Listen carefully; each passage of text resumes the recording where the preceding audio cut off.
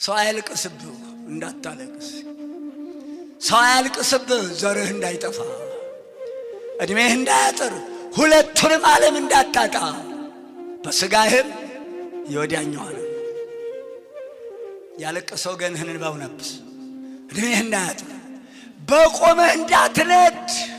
እንባ እሳት ነው፣ እንባ መዶሻ ነው፣ እንባ ሰይፍ ነው።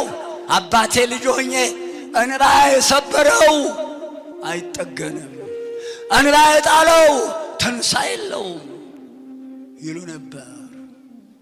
እንባ የሰበረው አያንሰራራም። አይገባኝም ነበር። ውሃ አይደለም ምን ማለታቸው? እንዴት ነው የሚሰብረው?